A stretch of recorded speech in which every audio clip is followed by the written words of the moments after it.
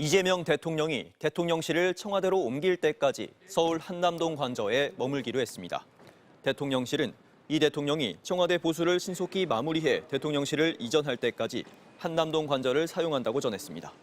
그러면서 이는 제3의 공간을 사용하게 될 경우 해당 기관에 미치는 영향과 이사에 따른 세금 낭비를 감안한 결정이라고 설명했습니다. 취임 둘째 날 아침, 이재명 대통령을 태운 차가 서울 용산 대통령실로 들어섭니다. 전돼요. 전화 통화를 하면서 차에서 내린 이 대통령은 바쁜 걸음으로 집무실로 향했습니다. 취임 첫날부터 야근을 한 이 대통령은 인천 계양구 사저 대신 대통령실 인근 안가로 퇴근했습니다. 인천 집으로 가면 30km를 달려 출퇴근해야 하는데 시간도 걸리고 자칫 경호 때문에 교통 혼잡이 생겨 시민들이 불편을 겪을 거란 우려도 고려한 것으로 보입니다. 이 대통령은 직접 국민을 위해 열린 경우, 낮은 경호를 거듭 당부하기도 했습니다.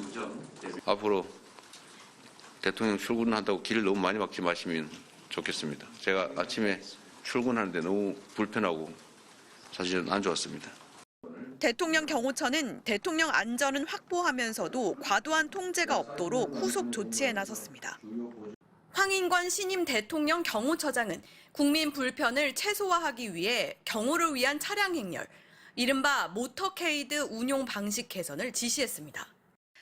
차량 종류를 바꾸고 차량 행렬 길이도 짧게 해 교통 통제를 최소화한다는 겁니다. 이 대통령이 머물 관저는 아직 검토 중입니다. 대통령실 관계자는 그래도 사람이 잠잘 수 있는 환경은 되어야 하지 않냐며 여러 가지를 열어놓은 상태에서 관저를 모색 중이라고 설명했습니다. 이 대통령은 용산 시대를 끝내고 청와대로 복귀하겠다고 밝혔지만 청와대는 보안시설 복구 등 개보수가 필요한 상황입니다.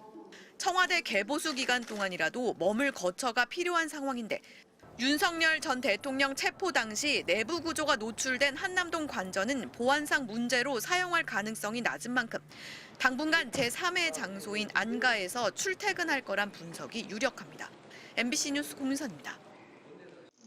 취임 후 첫 인선을 직접 발표하면서 이재명 대통령은 용산 대통령실을 이렇게 평가했습니다.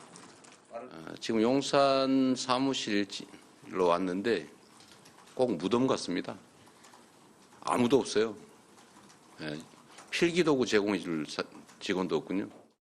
이재명 대통령은 후보 시절부터 도청이나 경호 등의 이유로 용산 대통령실이 집무실로 부적절하다고 말해왔습니다. 초기부터 무속과 불통 논란이 불거졌고 비상계엄에 대한 국민적 상처도 큰 만큼 청와대로 다시 자리를 옮기겠다는 게 이 대통령의 구상입니다. 지금 청와대가 제일 좋아요. 아주 오래 썼고 상징성도 있고 문화적 가치도 있고. 청와대로의 재이전을 위한 TF도 조만간 꾸릴 것으로 전해졌습니다. 다만 청와대가 3년간 일반에 개방되면서 국가위기관리센터와 벙커 같은 보안시설 복구가 필요한 만큼 당분간은 용산 대통령실로 출근할 계획입니다. 윤석열 전 대통령 부부가 쓴 한남동 관저도 일단 사용하지 않는 쪽으로 가닥을 잡은 걸로 전해졌습니다. 공사 특혜 의혹이 불거진 곳인데다 윤 전 대통령 체포 과정에서 관저 내부 구조가 노출돼 보안상 문제도 있다고 판단한 걸로 보입니다. 다만 인천 계양의 자택도 경호가 취약한 데다 출퇴근 과정에서 시민 불편이 불가피해 관저로 삼을지 등에 관심이 쏠려왔는데 어젯밤 사이 이 대통령은 일단 대통령실이 마련한 안가에 머무는 걸로 파악됐습니다. 대통령실 측은 한남동 관저는 점검 중이며 최종적인 관저 선정은 추후에 결정할 예정이라고 밝혔습니다.